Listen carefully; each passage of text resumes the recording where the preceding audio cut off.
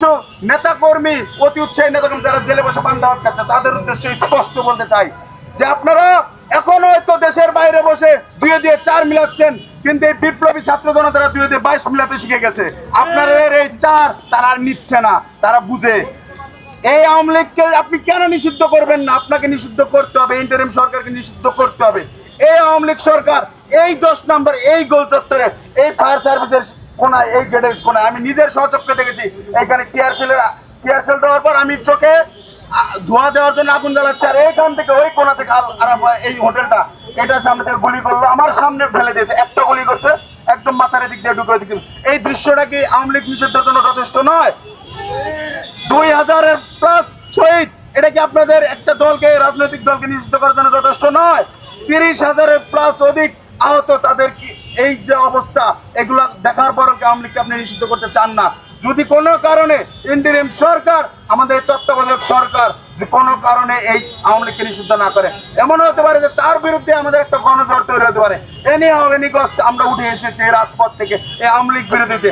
আমরা আওয়ামী লীগ বিরোধী থাকবো। এই আওয়ামী লীগের আমরা নিষিদ্ধ চাই সকল রাজনৈতিক কার্যক্রম বাংলাদেশকে নিষিদ্ধ, ঠিক যেভাবে নিষিদ্ধ সন্ত্রাসী সংগঠন বা জঙ্গি সংগঠন বলে ছাত্রলীগ যেভাবে নিষিদ্ধ করা হয়েছে, ঠিক সেইভাবে প্রজ্ঞাপন জারি করে নিষিদ্ধ করতে হবে। আপনি বিচারিক প্রক্রিয়ায় করবেন, এটা করবেন না। বিচারিক প্রক্রিয়া মানে হচ্ছে তাল বাহানোর জায়গা, কারণ বাংলাদেশের সংবিধান যে পর্যন্ত সংস্কার না হবে সে পর্যন্ত তাল বাহানোর সুযোগ রয়ে যাবে। তাই আমাদের দাবি রাষ্ট্রীয় সংস্কার প্লাস সংবিধান সংস্কার। যে আমাদের বিগত সময়ে যে দলগুলো ছিল, বড় বড় রাজনৈতিক দলগুলো, এখন আমাদের নতুন রাজনৈতিক, আমরা তাদেরকে সহযোদ্ধা ভাবতে চাই, আমরা তাদেরকে শত্রু ভাবতে চাই না। তারা যদি শত্রুতার মনোভাব প্রকাশ করে তাদেরকেও স্পষ্ট বলে দিতে চাই, আপনারা দেখেছেন এই মিরপুর 10-এ আওয়ামী লীগের কি অবস্থা, তাদের পালানোর জায়গা ছিল না। 5 তারিখেও আমাদের 36 জুলাই তাদের পালানোর জায়গা ছিল না। পুলিশ সেনাবাহিনী তাদের সেফ এক্সিট দিয়ে বের করে নিয়ে গেছে, তাদের কিন্তু এই অবস্থা হয়েছিল। আর আপনারা কিন্তু স্বৈরাচার না, স্বৈরাচারী মনোভাব প্রকাশ করলে আপনাদের অবস্থা এর থেকেও খারাপ হবে। কারণ বাঙালি প্রতিবাদ করতে শিখে গেছে, বাংলাদেশের মানুষ প্রতিবাদ করতে শিখে গেছে। আমরা অতি দ্রুত আওয়ামী লীগের সকল ধরনের রাজনৈতিক কার্যক্রম এবং এই সংগঠনটাকে আমরা নিষিদ্ধ চাই বাংলাদেশে। আমরা আওয়ামী লীগের এই স্বৈরাচারী এই দোসরদের বা তাদের কোনো প্রকার কার্যক্রম আমরা দেখতে চাই না।